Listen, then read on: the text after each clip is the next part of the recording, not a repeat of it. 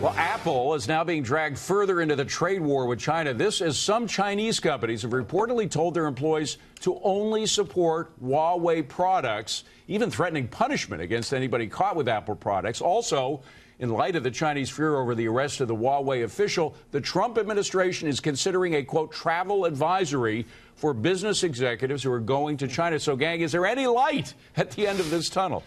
Yes, there is, because, in fact, we have seen some movement on trade negotiations in the last couple of days.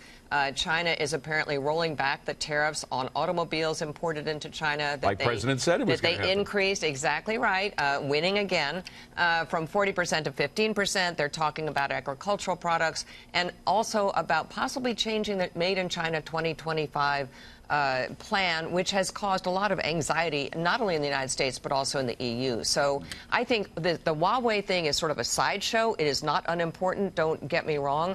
Yesterday, a Chinese official said he loved his iPhone, and the market went up 200 points. Today, they said they didn't like their iPhones, and it went down. So this is going to keep going, I'm afraid. But yeah, I think Liz has a little more optimism than I have, only because, to me, neither side really wants to do a deal.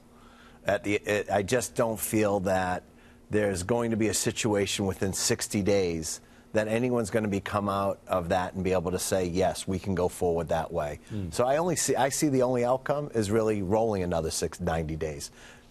I just don't see how we're going to get this done in this time period. I'm hopeful that this is the beginning of good news, but I don't see it. I think it's going to be a rocky road. Well, Robert, you know, I would say kind of agree with. I'll go first, and quickly, Jonas. Go ahead. I kind of agree with Bob on this, and I'm not as optimistic because this has to be framed in one of two ways. Is this an economic fight we're having, or is it a political fight we're having? And every time I think the two countries think it's economics, things start to move forward, and then politics comes in, and we've seen world wars start over politics versus economics. That's why I'm kind of in Bob's camp. I think this has become political now. Both sides are getting their back up. That's why, you know, if that starts to escalate, oh my gosh, if, you know, you can't even visit one country or the other, this could get worse before it gets better.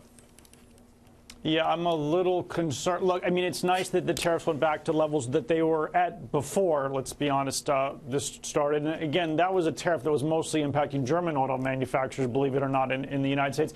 The thing with the Huawei thing that's disturbing, and to some extent the Apple, is it sound, and this is to Gary's point, it seems to be going in like more of an economic warfare direction than just a tariff war over some spats.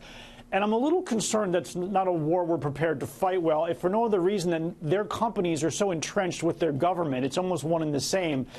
Look at our guys in government. They don't even know how Google makes money. Like, we're not really on the side or entrenched in our tech community. Like, the way that they would be able to fight this is probably going to, it's like a better army, for lack of a better term. And in that way, I think we're in a weak point. In general, we are in a strong point with China, and I think they want to end this because they have more to lose than us.